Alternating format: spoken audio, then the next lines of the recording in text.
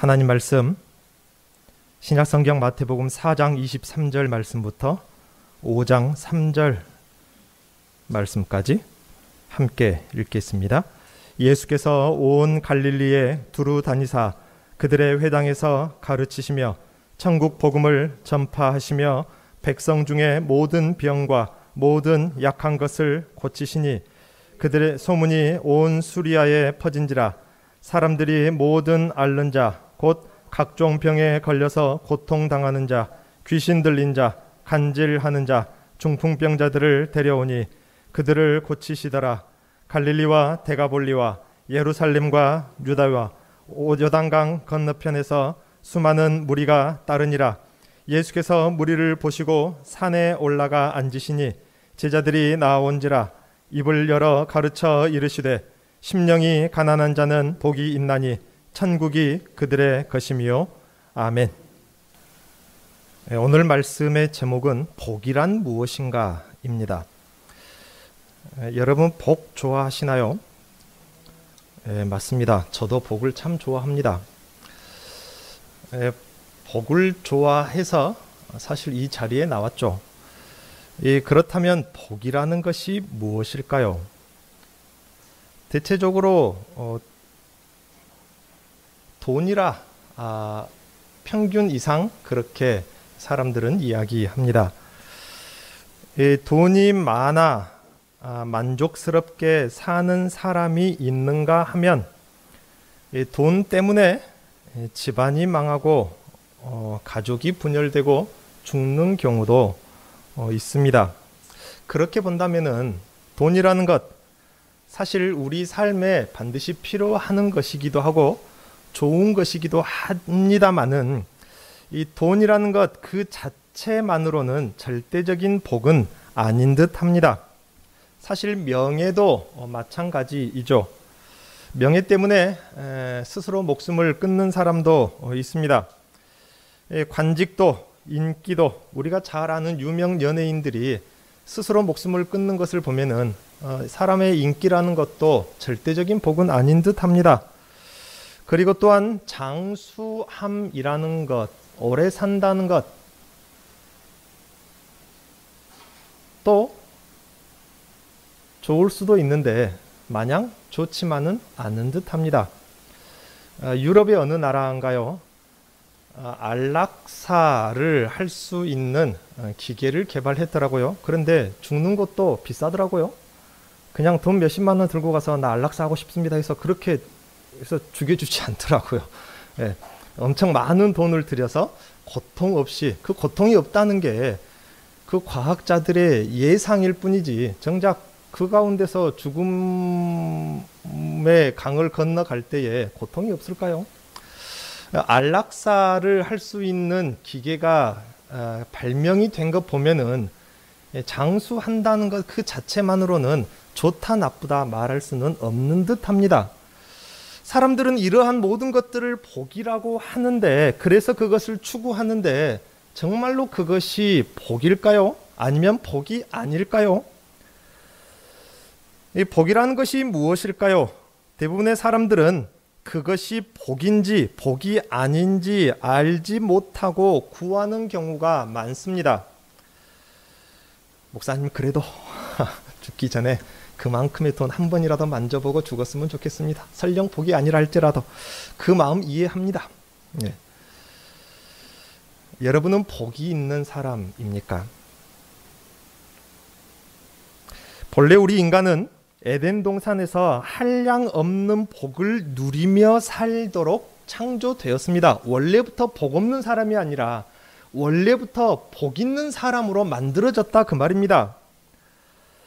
하나님의 풍성한 자원을 누릴 수 있는 복이 있었습니다. 하나님이 제7일에 안식하니라. 그 다음부터는 또 뭐합니까? 또다시 일하십니까?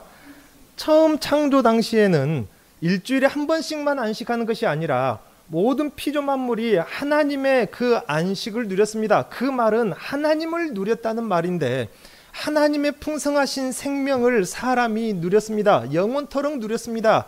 아담이 에덴 동산에서 하나님의 뜻과 목적이 있어서 지음을 받았는데 사용하려고 만들었다 그 말입니다. 아담이 무슨 일에 쓰였습니까? 2장을 보니까 아담이 한 일은 창세기 2장에 보니까 만물들의 이름을 짓는 것. 그건 나도 하겠는데. 그것 말고 아담이 한 일이 없어요. 아담이 죄를 짓기 전에는 죽음이 없었기 때문에 영원에 가까운 시간을 살면서, 그래서 어쩌면 과학자들이 말한 우주의 나이가 몇 억 년이다, 그 말이 맞는지도 모르겠어요. 어찌됐건 지구의 나이가 5천년 6천년이라는 교리는 중세시대 때부터 이어져 온 교리다 보니까 아담이 지음받은 그 다음날 뱀에게 유혹을 받아서 타락했을까요? 아닙니다. 그냥 그 사건에 이어서 그 다음 사건만 기록한 것뿐이지 아담이 에덴 동산에서 얼마를 살았을지를 모르는 것입니다. 그때는 시간의 흐름 자체도 없었을지 모르니까요. 과학자들의 모든 과학의 기반은 시간이라는 것이 실존한다라는 기반 위에 모든 과학의 이론이 세워졌습니다. 빛의 속도가 지구에서 속도만큼 우주에서도, 우주 모든 곳에서도 우주의 먼지 한 털만큼보다도 더 작은 지구에서 빛의 속도가 다른 우주에서도 빛의 속도가 똑같을까요? 과학이라는 것이 얼마나 허무하고 어리석은 것인지, 물론 과학을 비하하는 건 아닙니다. 그렇지만은 그 과학으로도 밝힐 수 없는 그 세계가 있다 그 말입니다. 영혼에 가까운 삶을 아담이 사는 동안에 그가 한 일을 한마디로 기록하기를 만물의 이름을 지었다. 성경에서 이름을 짓는다는 것은 곧 그 동물의 속성을 의미합니다.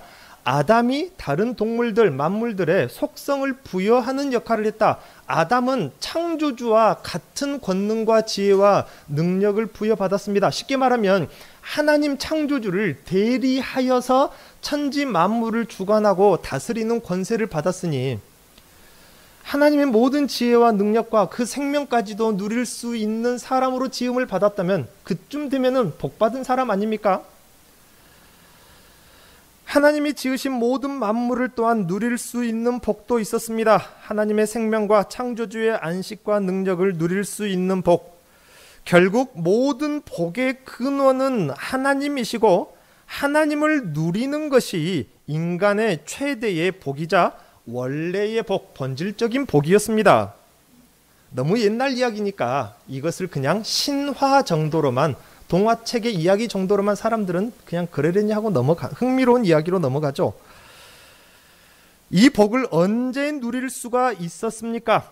하나님께 온전히 붙어 있을 때, 히브리 말로 다바크라고 하는데 제가 이 단어를 자주 쓸 거예요. 처음 듣는 분들은 기억하십시오. 다바크라는 말하고 아하바라는 말, 두 가지 히브리 말이 우리 성경이 둘 다 사랑하다라는 단어로 번역이 됐는데요. 두 가지 개념은 아주 다릅니다. 다바크라는 말이 성경에 기록된 대부분의 사랑이라는 단어이고요. 아하바는 우리가 아는 것처럼 감정적인 사랑을 말하는데, 하나님께 붙어있다, 내가 당신에게 붙어있다, 용접했을 때 딱 붙어서 하나가 된 것처럼 달라붙다라는 이 단어가 다바크인데 성경에 그 단어를 사용했습니다. 감정적인 개념으로 내가 당신을 사랑해요, 이런 사랑이 아니라 달라붙다라는 이 관계적인 개념으로 성경의 사랑을 번역했다 그 말입니다. 하나님께 달라붙어 있을 때에 방금 말씀드린 그 기가 막힌 좋은 모든 것을 누릴 수가 있었습니다. 왜요? 사람에게 근본적으로 복이 있었던 것이 아니라 복의 근원은 누구라? 하나님이라 그 말인 것입니다. 그래서 성경 속 사람들에게 하나님께서 함께 하실 것이라, 하나님께서 함께, 이 함께라는 말 자체가 곧 복의 개념이었습니다. 그러니 우리가 생각하는 오늘날 이 세상 사람들이 쉽게 머릿속에 떠올리는 그런 복의 개념하고 성경 속에 사는 사람들이 기록했던 그 복의 개념이 조금씩 달라지기 시작하죠.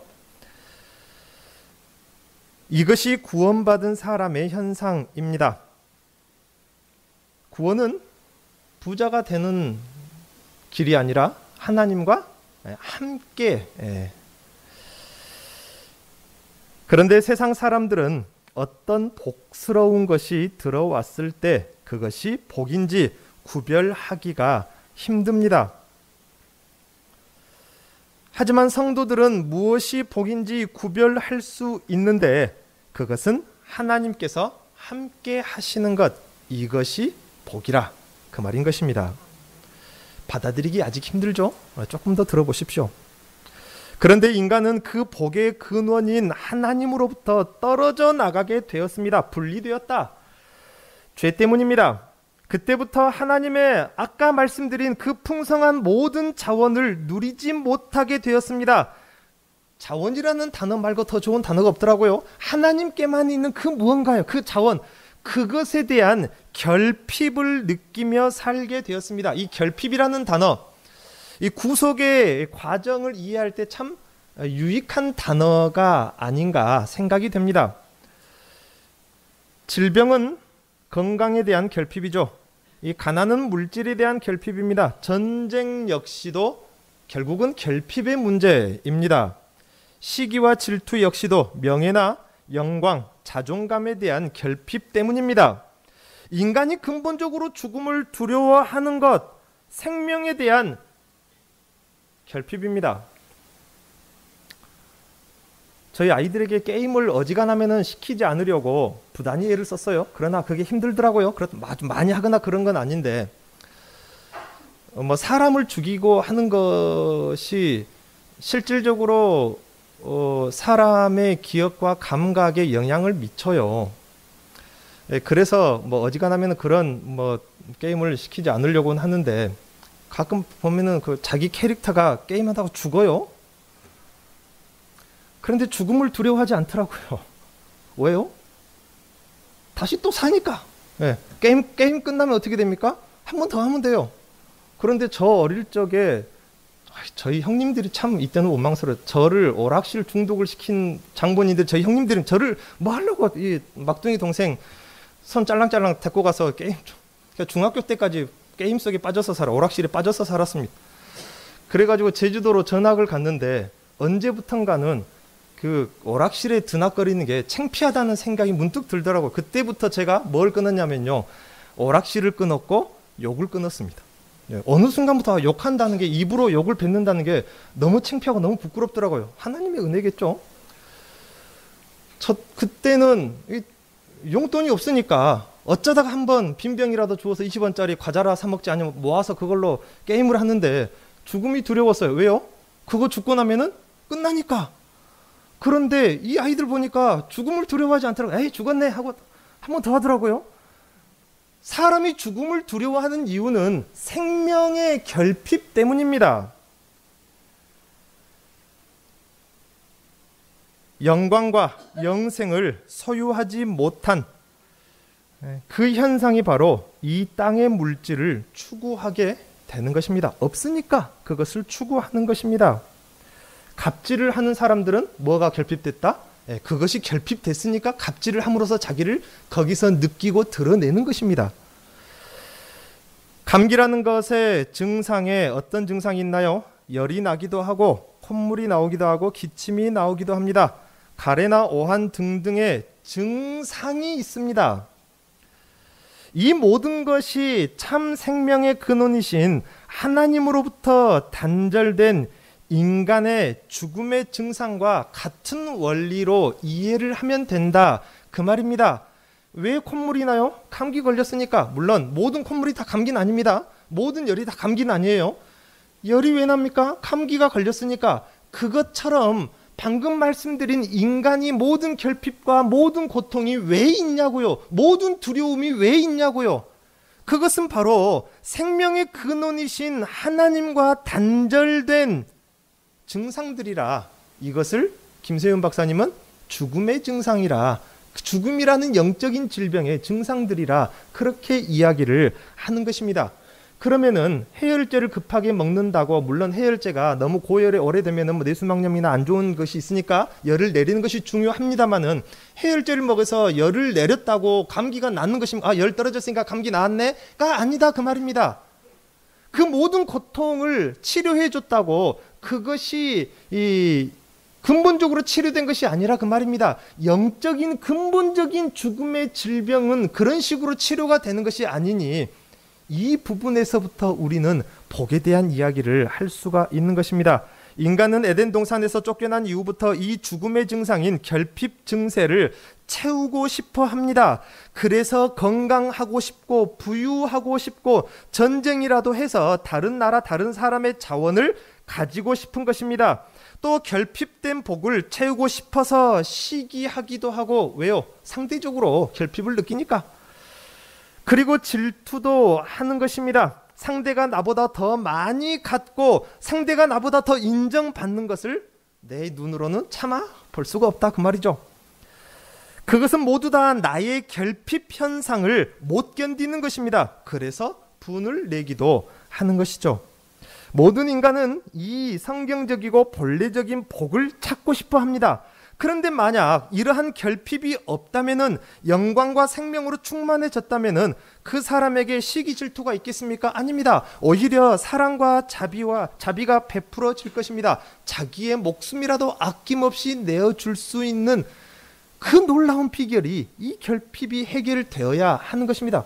복받은 사람이 되어야, 복 있는 사람이 되어야 이 문제가 해결이 되는 것입니다.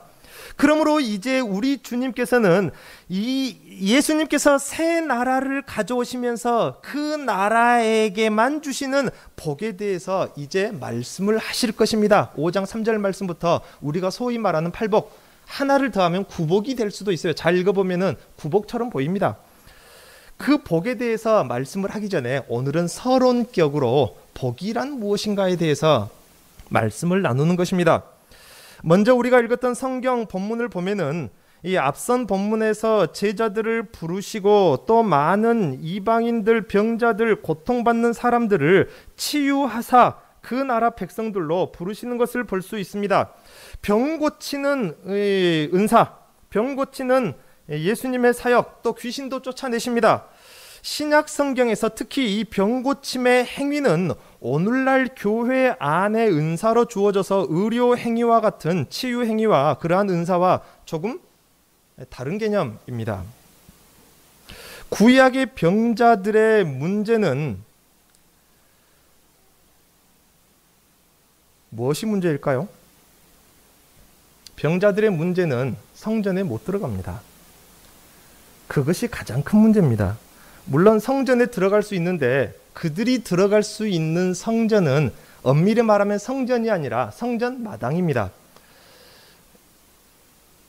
원래 제 설교 스케줄대로 한다면은 코로나가 없었을 때를 가정해서요, 지금쯤 여러분이 성전 아마 지성소까지 들어가지 않았을까 싶습니다. 그런데 아직 성전 이방인의 뜰도 아직 우리는 담장도 아직 못 넘어봤는데 코로나 때문에요.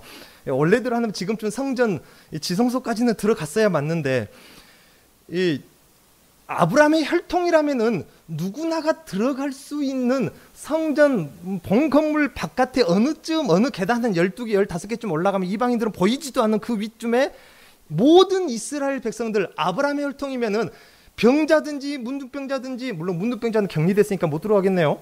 뭐 여자들이든지 아이들이든지 모든 아브라함 혈통은 다 들어갈 수 있는 곳인데 그곳이 여인의 뜰입니다. 예수님께서 누구든지 죄 없는 자가 먼저 돌을 던지라고 말했던 그 현장이 바로 그 여인의 뜰이에요. 그 여인의 뜰.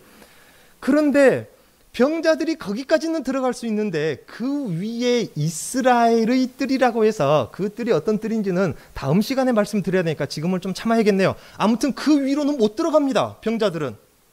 그것이 문제인 것입니다. 이들이 고침을 받았다는 것은 성전에 들어갈 수 있는 자격자가 되었다는 것입니다. 과거에 깨끗함을 입은 자들을 성전으로 부르시듯이 지금 예수님은 부정한 자들을 깨끗하게 하사, 온전치 못한 자들을 깨끗하게 하사 새 하나님의 나라 천국의 구성원으로 부르시고 있다는 것입니다. 그리고 그들에게 오늘 새 나라, 새 법을 선포하시는 것입니다. 성전 미문이라는 말은 조금 전에 말씀드렸던 아브라함 혈통이라면 누구든지 들어갈 수 있는 그 뜰 바로 윗계단입니다. 거기에서부터는 이스라엘의 뜰이라고 해서 병자들은 가로막힙니다. 온전치 못한, 정상적이지 못한 사람들은 가로막혀요. 성전의 미문에 앉았던 그 남에서부터 걷지 못한 자, 옛날엔 안진뱅이라 그렇게 나왔는데 그 사람이 베드로를 만났어요. 그러자 베드로에게 무엇을 달라? 돈을 달라. 은이나 금덩어리가 있으면 좀 달라. 동전을 달라 했는데 베드로가 뭐라고 합니까? 나한테는 은덩어리도 금도 없고 동전도 없다. 나는 그것을 가지고 있지 않다 하면서 뭘 줬습니까? 내가 가지고 있는 것을 너에게 줄 텐데 나는 이거밖에 없다 하고 뭘 꺼내줬습니까? 주 예수 그리스도의 이름으로 일어나 걸으라 했더니 그가 걸었어요. 그랬더니 어떻게 했습니까? 우리는 거기까지만 기억하는데 그랬더니 어떻게 했습니까? 이거 좋아라. 이제 아들도 딸도 만나고 일도 하고 장사도 하고. 그랬습니까? 그 다음이 중요합니다. 왜 그 일이 일어났는데요? 그가 기뻐 뛰며 찬송하며 어디에 들어갔다? 성전에 들어갔다라고 했습니다. 그가 왜 그 문 앞에서밖에 못 있었습니까? 그가 온전히 구약의 질서상으로는, 구약의 그 법으로는, 구약의 그 성전으로는 그 사람은 못 들어가요. 왜요? 정상이 아니니까. 그러나 예수 그리스도의 이름으로 그가 정상이 되므로 그가 성전에 들어갈 수 있었다 그 말입니다. 즉 예수 그리스도의 치유의 행위는 무엇을 말하느냐? 성전에 들어갈 수 없는 자들을 성전에 들어가게 하시는 일이라. 그래서 오늘 하나님 예수님께서 새 법 새 나라를 말씀하시기 전에 그 백성들을 불러 올리십니다. 산 아래로 불러 모으세요. 그래서 불러 모으시고 그들에게 법을 주시기 위해서 먼저 뭘 해야 됩니까? 깨끗하게 해야 돼요. 그렇기 때문에 지금 그들을 온전케 만드시는 일이지, 오늘날 치유의 은사를 받아서 병이 고쳐지는 그러한 은사적인 행위하고 조금 다른 차원이라 그 말입니다. 1절을 보니 산에 올라 앉으셨다고 합니다. 복음서를 보면은 예수님께서는 종종 산으로 가셨습니다. 또 많은 교훈의 사건 등등의 산과 관련된 사건들이 참 많습니다. 우리는 성경에서 산에서 어떤 사건이 일어났다라는 말씀을 보면은 아무 생각 없이 그 사건 내용에만 보통 관심을 갖지, 그 사건이 정작 그 산과 관련이 있기 때문에 얼마나 중요한 의미가 있는지를 놓치는 경우가 많습니다. 예를 들어 외국 사람에게 우리나라의 어떤 섬 이야기를 하면은 우리나라에 3,000개가 넘는 섬이 있어요. 3,100 몇 개인가 아무튼 몇백 개인가 3,000개가 넘는 섬이 있는데 그 3,000개가 넘는 섬 중에 하나 정도로만 생각을 합니다.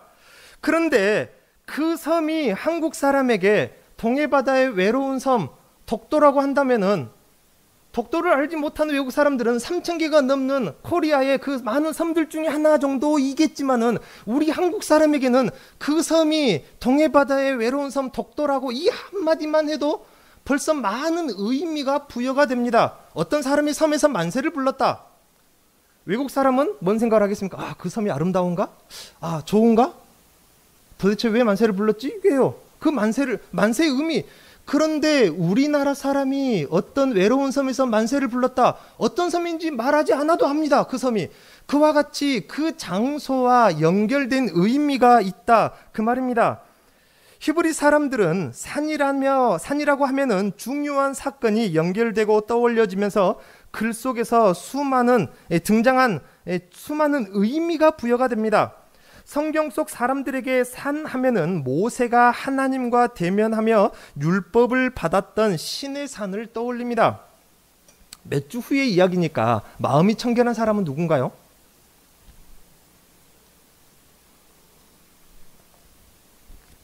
죄송합니다. 제가 물을 원래는 더 자주 마시는데 마스크 때문에 번거로워서 못 마셔요.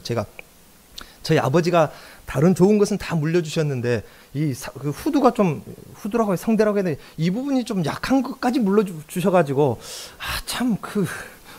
저희 아버지 목사님도 집회를 하면은 첫 시간부터 목이 딱 새어버림. 그리고 5일 동안 목신 상태로 그 집회를 하셔요. 저도 이렇게 목이 앉아서 물을 자주 마셔야 됩니다.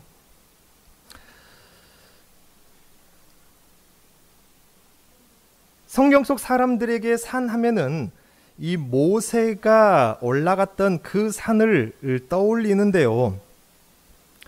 지금 예수님이 이 새 나라의 구성원들을 깨끗하게 하여서 모으시고 제자들을 특별히 산 위로 불러 올리셨습니다. 그리고 천국의 법을 선포하시는 상황이 지금 모세가 시내 산에 올라가서 하나님의 법을 받는 것과 같은 상황인 것입니다. 모세 때도 산 아래 애굽으로부터 불러서 그들을 깨끗하게 하사 그 산으로 부르신 백성들이 있었고요. 그 중에서도 특별히 사람들을 70인을 따로 불러내어 그 장로들을 산 위로 올렸던 이 사건과 너무 흡사한데, 이 말씀을 드리다가 제가 물을 마시고 잊어버렸는데요. 몇 주 후에 있을 이야기니까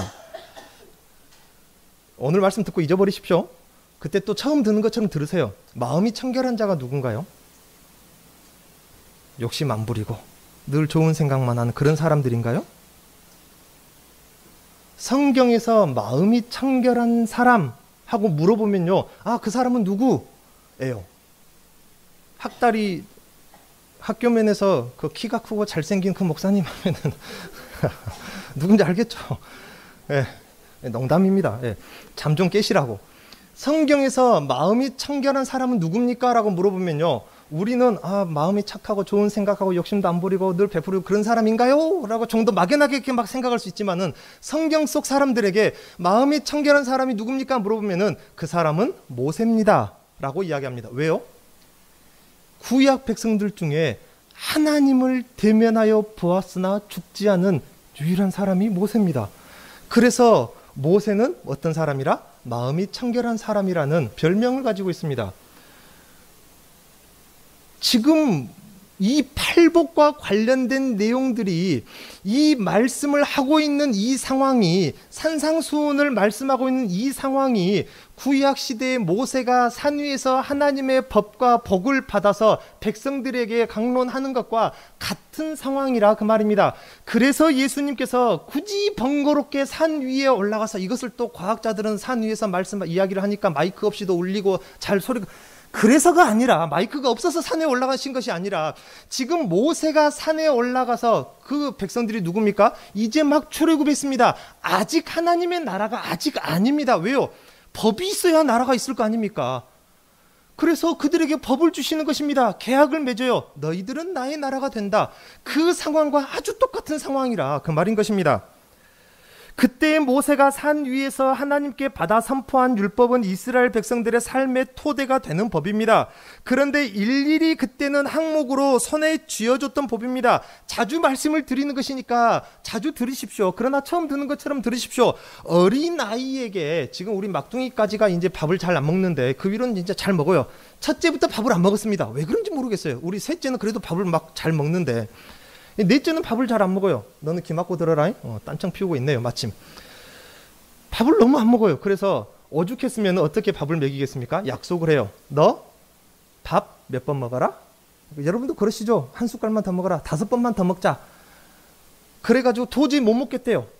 그러면 이 아이가 뭐라고 고백합니까? 아버지, 죄송해요. 그 밥 5번 떠먹는 것이 어린아이들한테는 어렵습니다. 왜 그것을 굳이 먹어야 되는지도 이해를 못해요. 그리고 그마저도 그것이 어려운 거예요. 밥 5번 떠먹는 게 어렵습니다.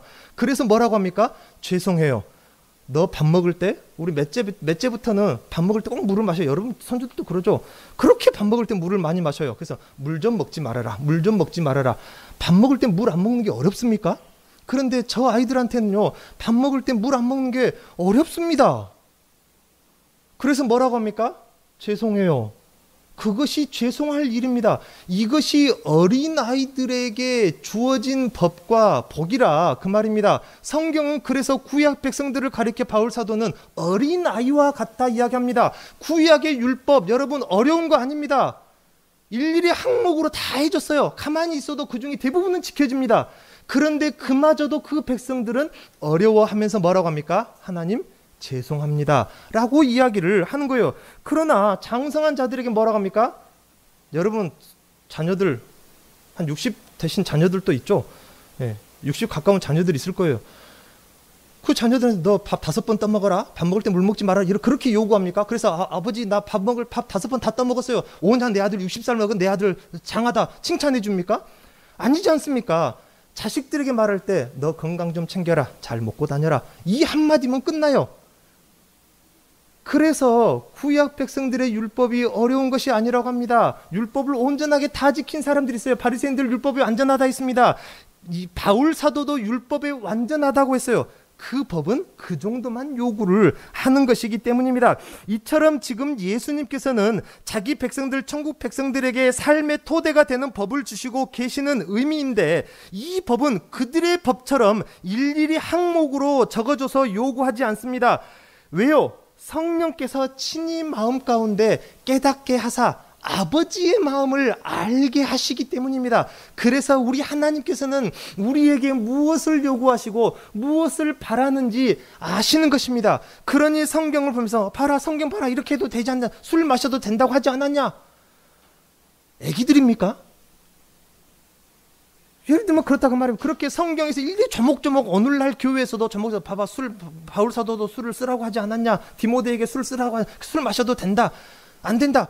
그것은 애기들이나 나누는 이야기라 그 말입니다. 하나님께서 우리에게 무엇을 요구하시는지 장성한 자라면은 성령께서 깨닫게 하신다, 그 말씀인 것입니다. 성경을 보면은 하나님께서 자기 백성들에게 법을 주실 때에 그 법의 앞에 혹은 뒤에 항상 그 법으로 말미암은 복의 내용이 따라옵니다. 이처럼 우리가 보게 될 이제 이 구복 혹은 팔복도 예수님께서 새 하나님의 나라 천국의 법을 산상수훈으로 말씀하시기 전에 그 법이 주는 복을 먼저 말하고 있는 것입니다. 이것이 시내산에서 이스라엘 백성들과 맺은 계약의 원리이고, 지금 예수님이 새 이스라엘, 이 하늘나라 백성들과 체결하고 있는 이 법의 원리인 것입니다. 1절 이하에, 5장 1절 이하에 보면은 예수님 앞으로 나온 자들이 제자들이라고 합니다. 물론 주위에 사람들이 많습니다. 그런데 지금 성경은 다른 사람들은 언급하지 않고 오직 제자들만 언급하는데 이유가 있겠죠. 이 제자들을 통해서 앞으로 세우실 하나님의 나라, 교회를 의미합니다. 엄밀하게는요, 하나님의 나라의 법을 지키는 자가 누릴 수 있는 그 나라의 복을 말하는 것입니다. 무슨 말입니까? 다른 나라 안에 속한 복들하고는 차이가 있다는 것입니다. 구약 시내산에서 주어진 법과 그들에게 언약된 복은 다른 열방 중에 주신 것이 아니라 그 말입니다. 다른 이방의 아수르나 바벨론이 아무리 율법을 지켜보십시오, 하나님께서 그들에게 약속한 복을 그들에게 줍니까? 지경이 넓어지고 외양간에 송아지가 가득 차 밭의 소출이 풍성해지는 그 복을 그들에게 주냐고요? 그들에게 주어진 법이 아니기 때문에 그들은 지켜도 그 복을 안 줍니다.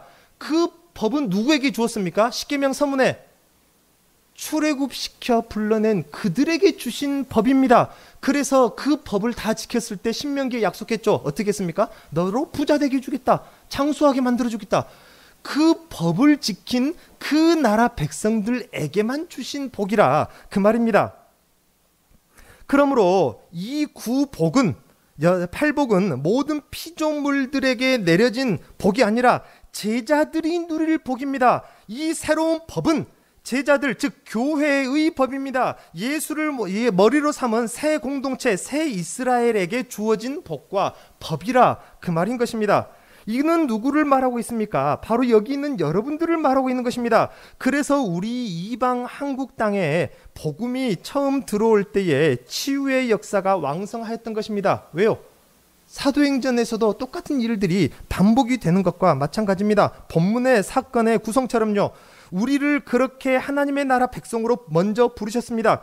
그리고 우리 천국 백성들에게 약속된 복은 하늘에 속한 신령한 복인 것입니다. 이것을 땅의 것으로 혼동할 경우에 이 약속된 이 새 하나님의 나라 천국의 복을, 교회에 주신 복을 땅의 것으로 혼동할 때에 여러분 지금 오늘날 보고 있는 바와 같이 교회에 복음에 큰 문제가 생기는 것입니다. 그것은 결코 성경도 복음도 아니며 교회가 나아갈 방향도 아닌 것입니다. 교회가 천국 백성으로서 지켜야 할 질서와 법은 따로 있고 그 안에서 약속으로 예비되어져 누릴 복이라는 것도 땅에서는 볼 수 없는 하늘의 것으로 따로 있는 법입니다. 그리고 3절 이하에 보니 마음이 가난한 자는 복이 있다, 복이 있다고 했습니다. 이제 그 본질적인 부분이 나왔네요. 복이 있다고 했습니다. 본문의 이 복이라는 말은 신약 성경은 아람어나 헬라어로 써졌는데요. 헬라어로 마카리오스라는 단어입니다. 헬라어 말은 별로 중요한 것이 아니고요. 이 복이라는 말인데요. 최상급의 행복을 말합니다.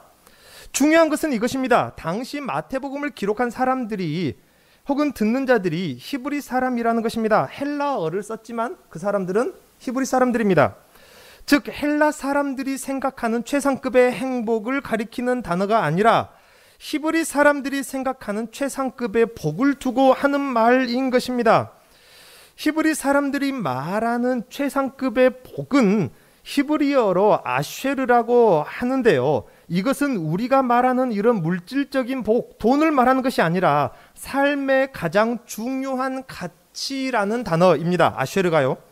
그렇다면 삶에서 가장 중요한 가치는 성경에서나 성경 속 사람들은 무엇이라고 말하고 있는지를 알아야 여기 나오는 이 복이라는 것이 무엇인지 복의 개념을 알 수 있지 않겠습니까? 그것은 시편 144편에 나오는 말씀처럼 여호와 하나님을 저희의 주로 삼는 것, 항상 함께 있는 것을 가장 가치 있게 여기는 것, 그것이 가장 가치 있다라고 말합니다. 누가요? 성경 속에 사는 사람들이 그렇게 말해요. 가장 가치 있는 것은 돈이다가 아니라, 가장 가치 있는 것은 출세다, 입신양명이다가 아니라, 가장 가치 있는 것은 하나님이 함께 하시는 것이다. 김새습니까? 오늘 기가 막힌 비결을 얻고 가서 자식도 잘 되고 건강도 하고 부자도 될 뻔했는데 그럴싸하게 목사님 설교는 시작하시더만 결국 또 그것은 아주 신령한 복의 맛을 보지 못했기 때문입니다. 끝까지 들어보십시오. 성경 속 사람들이 말하는 복은 서론에서 말씀드린 것처럼 하나님이 함께 하시는 것입니다. 그래서 그들이 누군가에게 복을 빌 때 돈 많이 벌어라, 오래 살아라, 좋은 직장 들어가라, 그렇게 하지 않습니다. 아도나이께서 너와 함께 하실 것이다. 왜요? 왜 야훼 혹은 여호와라고 하지 않습니까? 그 이름이 너무나도 거룩해서 그 이름을 차마 사용을 못합니다. 두려워서요. 그래서 여호와라는 단어를 바브의 요드에 그렇게 말하기도 하고 철자 스펠링으로요. 아니면은 그 단어를 아도나이라는 단어로 바꿔서 사용합니다. 그래서 아도나이께서 너와 함께 하실 것이다. 자식이 군대에 가요. 뭐라고 하겠습니까? 너 건강하고 다치지 말아라. 상사 말 잘 듣고. 그렇게 하지 않습니다. 아도나이께서 너와 함께 하실 것이다. 자식이 돌아왔어요. 뭐라고 하십니까? 오메 내 새끼 돌아왔냐? 아닙니다. 아도나이께서 너와 함께 하신다. 내 새끼가 배가 불러서 아기를 낳았어요. 뭐라고 합니까? 오메메 배 안 아팠냐? 고생했다. 아닙니다. 아도나이께서 너와 함께 하실 것이다. 왜요? 그것이 최상급의 복이거든요. 성경 속에 말하는 복은 바로 그것입니다. 하나님께서 함께 하시는 것이 최상의 가치이기 때문에 다른 것을 빌어줄 수가 없는 것입니다. 하나님께서 너와 함께 하사 마음이 가난한 자는 하나님께서 함께 하사 천국이 저희 것이라. 그 말씀은 그런 뜻이 된다. 그 말인 것입니다. 우리가 인사하는 샬롬, 이 말은 그냥 나른한 아무 일 무탈무고한 평안을 비는 복이 아닙니다. 이 평안은 막연하게 무탈무고한 평안이 아니라 하나님께서 함께 하심으로 임하는 평안입니다. 이와 같이 모든 복의 시작은 하나님입니다. 회복이라는 것은 하나님께 돌아가는 것입니다. 죄라는 것은 세상 윤리를 두고 하는 말이 아니라 하나님과 관계가 깨어지는 것입니다. 저주가 무엇입니까? 가난이 저주입니까? 병들미 저주입니까? 장애가 저주입니까? 아닙니다. 하나님의 함께 하심을 잃어버리는 것, 이것이 저주이라 그 말입니다. 회개가 무엇입니까? 눈물 콧물 다 짠다고 회개가 아닙니다. 함께 하심으로 돌아가는 것이 바로 회개인 것입니다. 구원이 무엇입니까? 부자 되는 것이 구원입니까? 아닙니다. 하나님과 동거하게 되는 상태가 바로 구원입니다. 그러므로 성경의 사람들, 하나님의 사람들, 구원받은 백성들이라면은 하나님이 함께 하심보다 더 큰 복은 없는 것입니다. 하나님의 함께 하시는 것이 그렇다면 무엇입니까? 하나님이 함께 하신다는 말이 바로 임마누엘이라는 말인데요. 하나님이 찾아오신 성전이었습니다. 구약시대. 그래서 구약시대 성전은요, 구약성경, 구약시대 전체를 지배하고 관통하는 가장 제1의 키워드를 하나를 둔다면 바로 성전입니다. 성전이 곧 하나님의 함께 하시는 장소이거든요. 그래서 이 성전이 바로 우리가 수요일날 보고 있는 아가서의 주제인 것입니다. 그래서 유대인들은 자신이 성전에 들어가고 들어가지 못하는 것이 그토록 중요한 문제였다 그 말입니다. 성전 미문의 한 인병이 자기가 나면서부터 걷지 못하게 된 장애가 실패이고 장애가 고난이 아니라 성전에 들어가지 못하는 것이 그래서 그에게 인생의 최대의 장애이고 최대의 문제였다 그 말입니다. 늘 그래서 성전에 들어갈 수 있는 상태를 유지하기 위해서 늘 율법을 지킵니다. 성전에 계신 하나님의 함께하심을 유지할 수 있기 때문입니다. 늘 정결한 상태를 유지합니다. 늘 손과 발에 정결 예식을 한다 그 말입니다. 구약 백성 유대인들에게 이렇게 성전으로 들어갈 수 있게, 하나님께로 들어갈 수 있게, 하나님의 함께하심으로 가까이 갈 수 있게 길을 열어주는 것이 바로 율법입니다. 그래서 이 율법은 하나님께로 가는 법, 함께하는 법입니다. 이것이 그들의 구약 성경이죠. 그래서 바울도 율법도 원래는 선한 것이라 의의 법이라 그래서 그렇게 말한 것입니다. 그래서 모세가 기록한 시편 1편 말씀에 복 있는 사람은 어떤 사람이라? 주야로 율법을 묵상하는 자로다. 그 율법이 가장 최상의 가치, 하나님과 함께 가는 그 길로 인도해 주기 때문에요. 하지만 구약 백성들이 그들의 하나님을 누릴 수 있는 최선의 정도, 최선의 복이 어느 정도입니까? 영생이 아닙니다. 장수입니다. 율법을 다 지킨 자가, 바울과 같이 율법에 있어서 온전했던 자나 바리새인들이 이룰 수 있는 곳이 어디입니까? 겨우 성전 문턱이라 그 말입니다. 그 성전은 그저 가까이 갈 수 있는 정도의 성전입니다. 하나님의 영광을 보지 못하고 그냥 가리워야만 하는 정도라는 말입니다. 그렇기 때문에 우리 사극 드라마를 봐도요, 임금을 볼 때 그 백성들이 막 대놓고 우리 임금 눈이 좀 찢어졌네 옆으로? 동그랄 줄 알았더만은 그렇게 말합니까? 아닙니다. 신하들도 임금의 얼굴은 못 봅니다. 누가 봅니까? 세자하고 누굽니까? 그 임금의 갑자기 이름이 생각이 안 나요? 안 나네요. 중전. 그들만 임금의 얼굴을 보지 신하들도 함부로 못 봅니다. 그와 같이 옛 성전은 그런 성전이었다 그 말입니다. 그렇기 때문에 우리 예수님은 오늘 새 나라, 새 법, 새 복을 말씀하십니다. 왜요? 거룩하신 하나님과 동거할 수 있는 성전입니다. 그 성전으로는 안 돼요. 우리 같은 이방인들도 들어갈 수 있는 법입니다. 무엇이 더 좋습니까? 솔직히 말해서 어떤 법이 더 좋습니까? 하나님의 종이 하나님의 거룩한 아들이 되는 것입니다. 그 영광을 대면하여 볼 수 있는 복, 은혜를 지금 선포하고 있습니다. 그래서 바울은 예수의 이 진리의 성전과 생명의 새 법과 지극한 은혜의 복을 알고 나서 보니까 옛날 그 법, 옛날 그 성전, 이제는 사망의 법이라 죄를 짓게 하는 것이라 로마서에서 그래서 한 입으로 두말하는 것입니다. 사랑하는 성도님 여러분, 오늘 말씀을 맺습니다. 우리는 예수 안에서 하나님께 붙어 있을 수 있게 됩니다. 법을 성막의 법궤 안에 아니라 우리의 마음속에 하나님의 법, 성령의 법을 새기신 분이 예수 그리스도이십니다. 진정한 임마누엘이 예수 그리스도이십니다. 우리는 그리스도의 영이신 성령을 모신 성전이 되었습니다. 이것이 장차 천국의 모습이 될 것입니다. 복의 근원이 지금 우리와 함께하고 계시고 하나 되어 계십니다. 그러므로 이것이 바로 율법의 완성이고 성전의 완성인 것입니다. 그러므로 이 성경은 이미 여러분에게 주어진 복을 말하고 있고 그 복을 복으로 누리는 법을 말하고 있습니다. 이 말씀을 마음에 담고 참된 복을 누릴 때에 우리가 한량없는 찬송을 드릴 수가 있는데요. 이 복을 알아야 됩니다. 저는 음악을 전공해서인지 몰라도 찬송가에 대한 관심이 많았어요. 그래서 찬송가를 연구를 많이 했는데, 저보다 더 연구를 많이 한 사람이 있겠지만은 남들보다 목사님들 중에서 찬송가에 대해서 모른다라고 그렇게 말할 수는 없어요. 상당히 많이 아는 편입니다. 찬송가를 보면은 기가 막힐 일들을 당한 사람들이 있어요. 아까 우리 불렀던 428장인가요? 내 영혼의 햇빛 비치니, 신실한 성도였습니다. 여자분인데요. 학교 교사입니다. 언젠가 말씀드린 적도 있는 것 같은데요.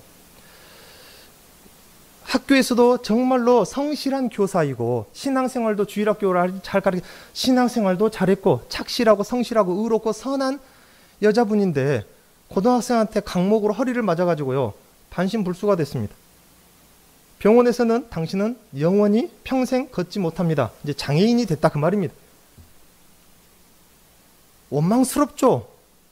병원에서 아예 병실에서 하나님이 원망스러워서 나아보지를 안 해버렸습니다. 1년 동안 병원에 스스로를 가둬버렸어요. 너무 원망스러워서 내가 도대체 뭘 잘못했는지. 그런데 어느 날 병실로 비치는 그 햇빛에 자기가 늘 산책하던 그 공원에 가보고 싶더랍니다.